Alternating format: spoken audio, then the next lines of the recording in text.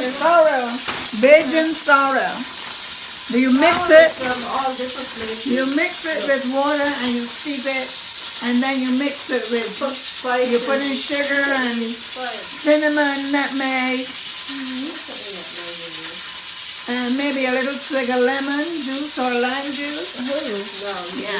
And you make it, but you can do whatever you want to do with it. You can make your own concoction. You can even put a little rum in it. Put a brandy in there. Exactly. You can put a little rum in there.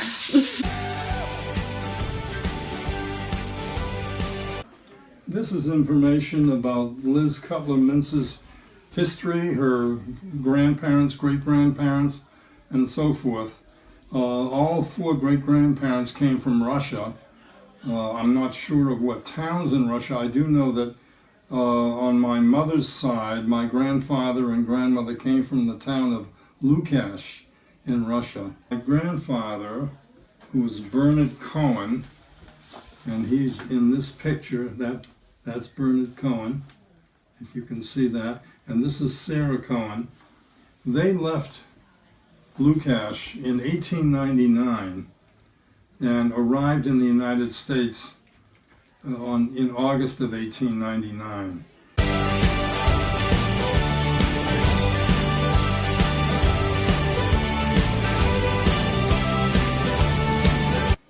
The pogroms were going on in Russia, and Jews were being killed everywhere in the late 1800s, in 1890 in that area, and in that era.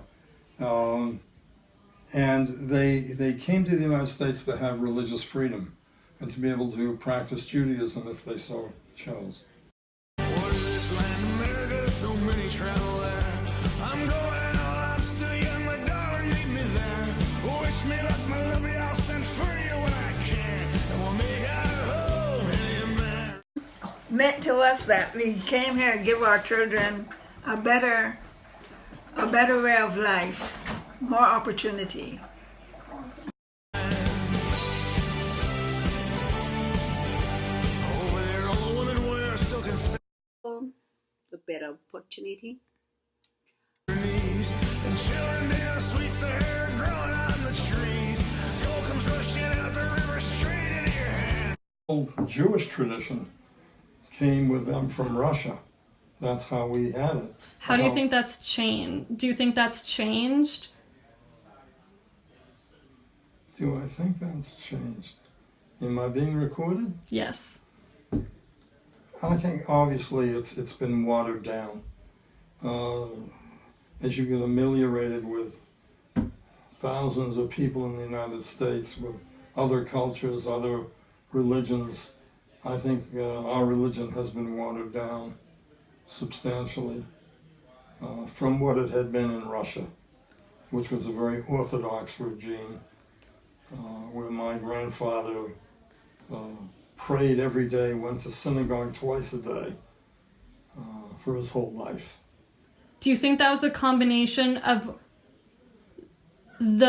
our integration into American culture and our own family choices, or do you think it was largely because of the pressures to assimilate into American culture?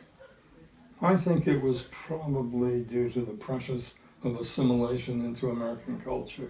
When you make your home in the American land.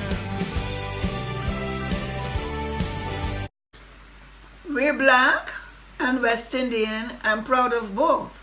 And we had very strong grandparents that raised us. There was no such thing as race like that. Yeah, exactly. That's what I was trying to say. There wasn't. We were not as aware of the racial situation in Barbados as it is here in this country.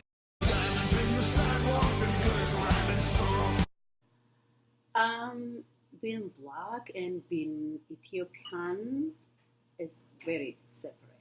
You think? Yeah. Before, I just know myself as Ethiopian.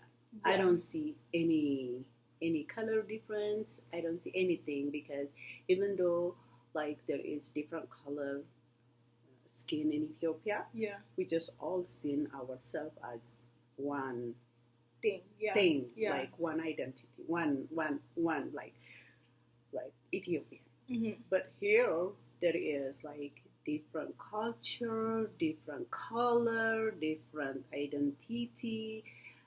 So I see here that Ethiopian, being Ethiopian kind of person, it Mhm. doesn't exist. There is like difference. Like I am black, this one is Asian, Indian, white, and that's what I see.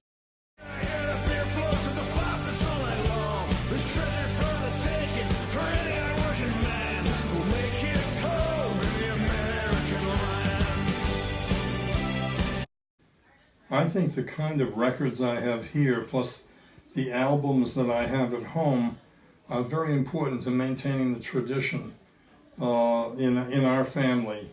Particularly, I think in all families. I think these are important records, important photographs, and they should be reviewed and gone over with the next generation, or in my case, it's my grandchildren, to show them what their ancestors went through to get here, to get them to where they are now, to get them into college, and have the freedoms that we have here.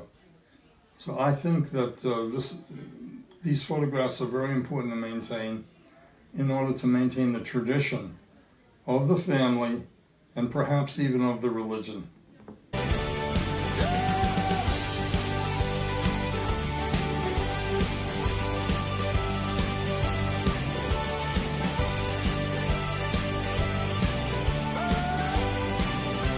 Storytelling is very important. I often wish I had recorded a lot more of the stories, especially since immigrating here so early. A lot of what I hear could be different from what my mom says, to what my grandma said, to what my dad said. So I think storytelling is really important because that's how you really get to